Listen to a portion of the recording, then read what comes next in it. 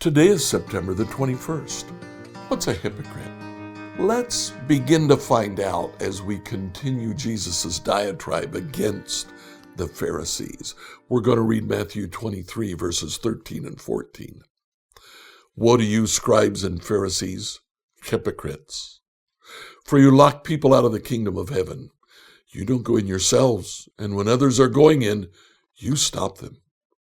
Woe to you, scribes and Pharisees, hypocrites! For you cross sea and land to make a single convert, and you make the new convert twice as much a child of hell as yourselves. Twice here Jesus uses the word hypocrite. It's not the last time that he uses it to refer to the Pharisees. Now, we have a problem because you see in English, hypocrite means something that it doesn't mean in Scripture. In English, a hypocrite is one who says one thing but then does something else. Well, the word in Greek actually means actor. In both Greek and Aramaic, the word hypocrite doesn't mean that they don't do what they say. Jesus says that the Pharisees don't do what they say, but that's not the context of calling them a hypocrite. Instead, a hypocrite is one who does the right thing, but they do it for the wrong reason. Maybe a better term for that would be insincerity. We can see what the Old Testament says about insincerity as we read Isaiah 58. Isaiah 58, New Revised Standard Edition. Shout out, do not hold back. Lift up your voice like a trumpet. Announce to my people their rebellion, to the house of Jacob their sins. Yet day after day they seek me and delight to know my ways, as if they were a nation that practiced righteousness and did not forsake the ordinance of their God. They ask of me righteous judgments. They want God on their side. Why do we fast, but you do not see?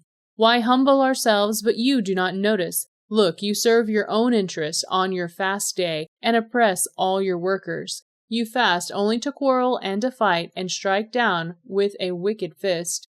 Such fasting as you do today will not make your voice heard on high. Is the fast that I chose a day to humble oneself? Is it to bow down the head like a bulrush and lie in sackcloth and ashes? Will you call this fast a day acceptable to the Lord? Is it not this fast that I chose to loose the bonds of injustice, to undo the straps of the yoke, to let the oppressed go free, and to break every yoke? Is it not to share your bread with the hungry, and bring the homeless poor into your house, when you see the naked to cover them, and do not hide yourself from your own kin? Then your light shall break forth like the dawn, and your healing shall spring up quickly. Your vindicator shall go before you. The glory of the Lord shall be your rear guard. Then you shall call, and the Lord will answer. You shall cry for help, and he will say, Here I am. If you remove the yoke from among you, the pointing of the finger, the speaking of evil, if you offer your food to the hungry, and satisfy the needs of the afflicted, then your light shall rise in the darkness, and your gloom shall be like the noonday. The Lord will guide you continually, and satisfy your needs in parched places, and make your bones strong. And you shall be like a watered garden, like a spring of water whose waters never fail. Your ancient ruins shall be rebuilt. You shall raise up the foundations of many generations. You shall be called the repairer of the breach, the restorer of the streets to live in. If you refrain from trampling the Sabbath, from pursuing your own interest on my holy day, if you call the Sabbath a delight, and the holy day of the Lord honorable, if you honor it, not going your own ways, serving your own interest, or pursuing your own affairs, then you shall take delight in the Lord, and I will make you ride upon the heights of the earth. I will feed you with the heritage of your ancestor Jacob, for the mouth of the Lord has spoken. So in Isaiah 58, someone calls for a fast. But the reason they do the fast is for all the wrong reasons.